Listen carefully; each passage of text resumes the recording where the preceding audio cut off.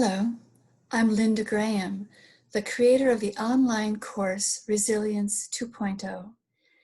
This video is the second in a series that previews the experiential exercises taught in Resilience 2.0. When we're learning how to use the processes of brain change that will in truth develop and strengthen the capacities we need to cope with any distress or disruption that we're experiencing. And as we're learning to shift the brain functioning in ways that are safe and efficient and effective, we're also learning that we can use new experiences to create new patterns of response, new conditioning, as we did in the previous video, using safe and caring connections to create more safety and ease in our own nervous system. We're also learning that we can rewire the brain's previously encoded memories of something negative or even traumatizing when those memories and behaviors no longer serve us so well. That is a more sophisticated process, and we will lay the foundations for that in the Resilience 2.0 course.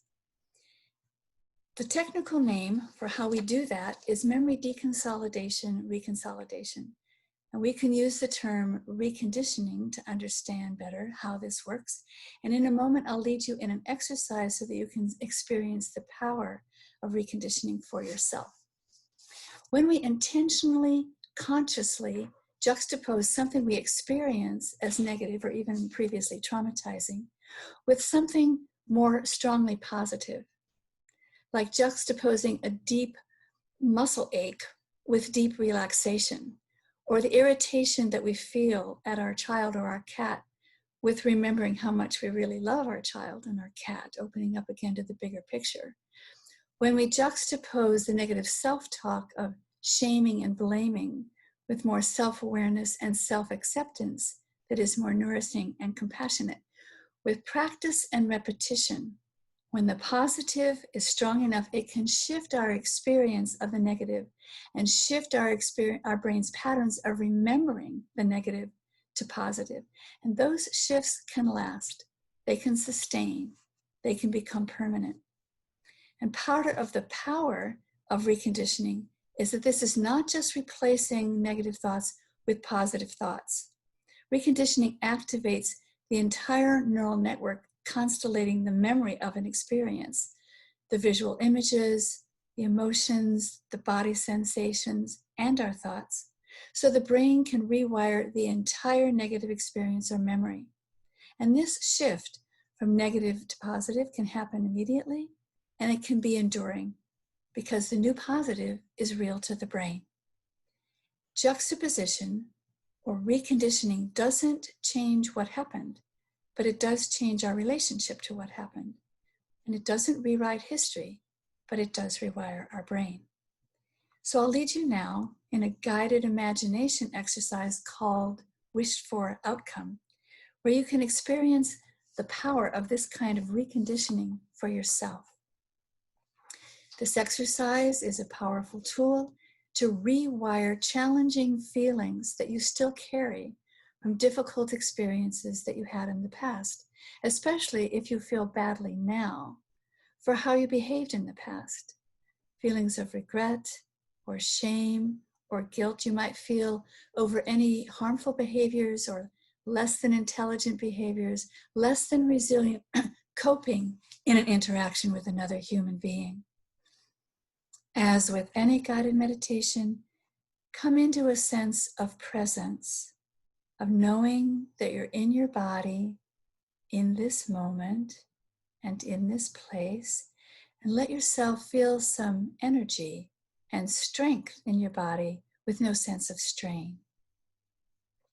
Close your eyes if you wish, and take 3 deep, relaxing breaths. Place your hand on your heart for a few moments to evoke a sense of safety and anchoring in your own emotional equilibrium and well-being. Bring a sense of openness and kindness and curiosity to your experience. And when you're ready, bring to mind one small memory of one small moment one interaction between you and another person that went awry, and you wound up feeling badly about yourself, not so good about yourself.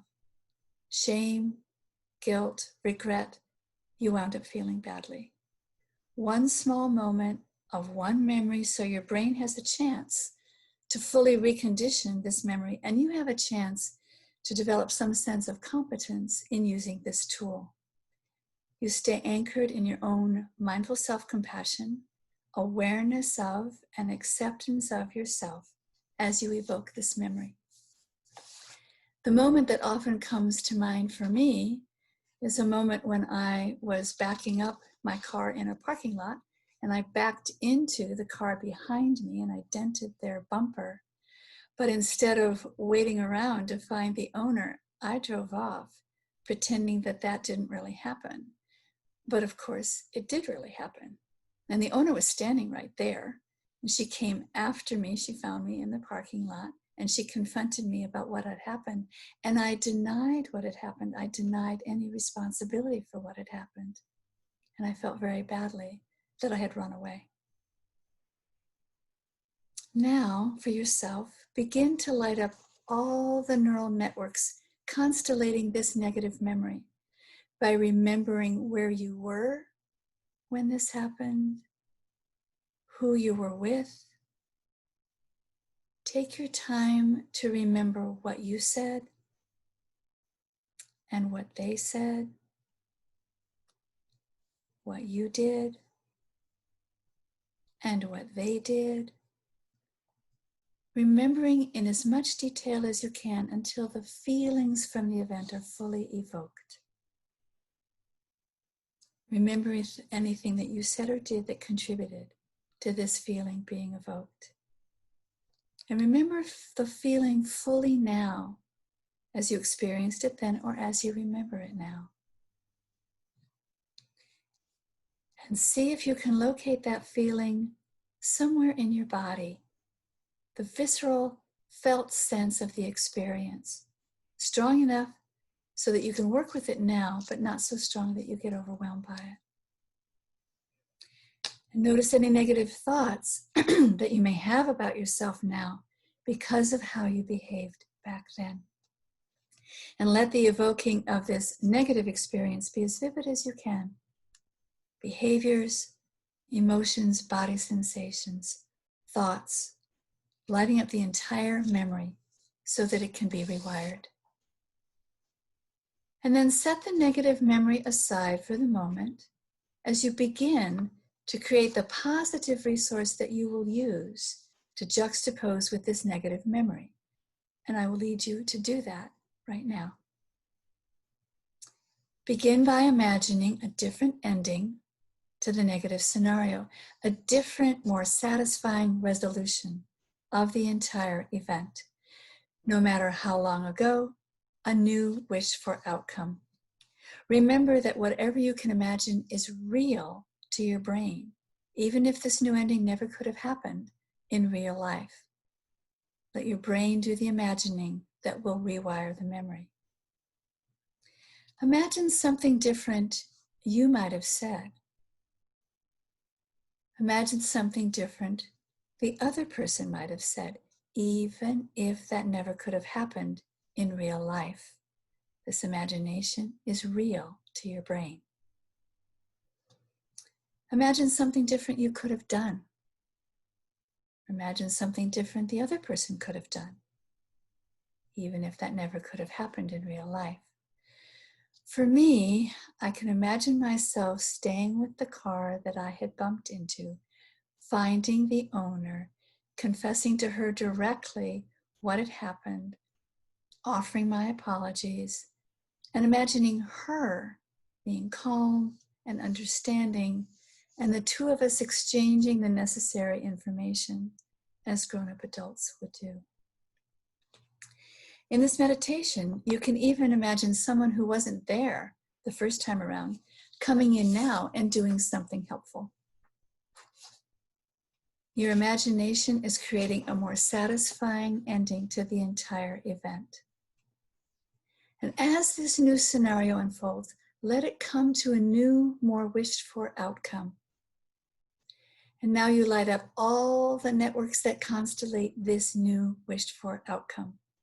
Notice how you feel as you imagine this new ending. Notice where you feel those feelings in your body. Notice the visceral felt sensations as you imagine this new, more satisfactory ending. Notice any new, more positive thoughts that you have about yourself, given this new outcome and given these new feelings. Let the feelings, body sensations, thoughts about yourself now be as vivid in your imagination as possible. You really strengthen this new experience of yourself as much as possible. Now you begin toggling back and forth between the feeling of this new outcome and the feelings of the original negative event, or the feelings as you remember them now. You gently touch back into the original negative event and the feelings of that event, and touch that very lightly. Then you let those feelings go, and you return to feeling strongly the new, more positive feelings of the new outcome. You rest in the new positive for a moment. And then touch into the negative feelings again, just lightly, and notice any shift in your experience. And then you let that go again, and you return to resting again in the positive, more strongly in the positive. And then you return one more time to the experience of the negative, just lightly, and you let it go. And you return to anchoring more firmly in the positive feelings of the new, more wished for outcome. You rest completely in the feelings of the new ending. And then you take a moment to reflect on your experience of the entire exercise, noticing any shifts in your view of yourself or your relationship to yourself.